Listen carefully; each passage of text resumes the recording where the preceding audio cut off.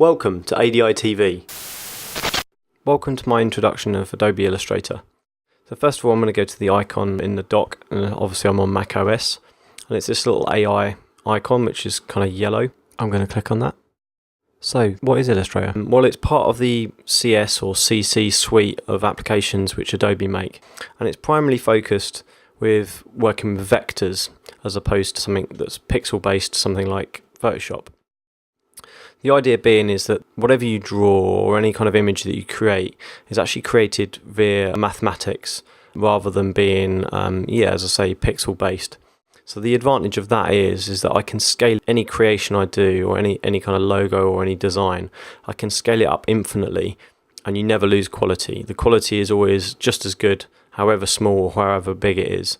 Unlike Photoshop, which does change depending on the resolution that you look at the image or the resolution that you create the image in the first place. So just a brief introduction. Right now I've got Illustrator open, and much like the other applications in the suite, I've got my palettes down the right hand side. I've got a contextual menu along the top.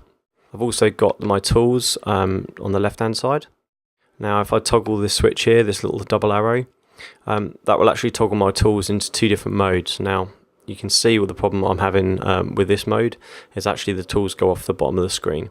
So I'm going to be forced to work at it like this. Now, as time has gone on and more versions of the application have been made, more and more tools have been added to the collection of tools in the toolbar. So yeah, this squat version of the toolbar makes more sense for what I'm doing. Now, if we go back over to the right hand side again and we click on the relevant palettes, you'll notice that these palettes, what they try and do is they give you more information for the relevant thing that you're doing. So let's say I'm going to be working with stroke, and stroke happens to be the thickness of any line I create, and this gives you information and extra options. Now if for some reason you can't find a palette that you're looking for, and this one say is color, okay, a lot of these haven't got anything in at the moment because we haven't got a document open. But if you're looking for something that you can't find, the way to find it is to go to Window. And if you scroll down, these are all the different palettes you can get open: actions, align, brushes, info, layers, etc, etc. So if you're ever looking for something that you can't find, that's where it's going to be. Now also, depending on what kind of job you're doing, you can set up a different workspace, or you can use one of the workspaces which Adobe give you. So if you go Window, Workspace, depending on what you're doing, there's different workspaces for the different types of things you do. And obviously as programs have got bigger, the amount of things you can do in these programs varies quite considerably. So depending on whether you're maybe a typography specialist, or you're really into painting, or just want to do odd layout, then there's various different workspaces defined already. Now obviously you're free to create your own by going to New Workspace. Let's go New Workspace and call this Dan's. And then you're free to add and subtract different ones that may be relevant to you. So I might actually get info palette open over here. I might open some type tools, so let's go to type. Let's open character palette. Okay, so then that's actually saving this for you. And if I go back to layout, I could do maybe a bit of layout, and then I want to go back to my Dan's, and it's going to take me back. So it's really easy. Set up your own workspace, which is customizable completely and to your exact liking. Now, just like in all the other Adobe CS or CC suite programs, all these are dockable. So if I kind of grab that one and dock it onto the bottom of that one, then that becomes one window. I can also minimize these by clicking those double arrows, and I'm free to kind of access them like so. So there's really are lots of options, and I encourage you to play around with it. Okay, so what I'm going to do now is I'm going to open a new document.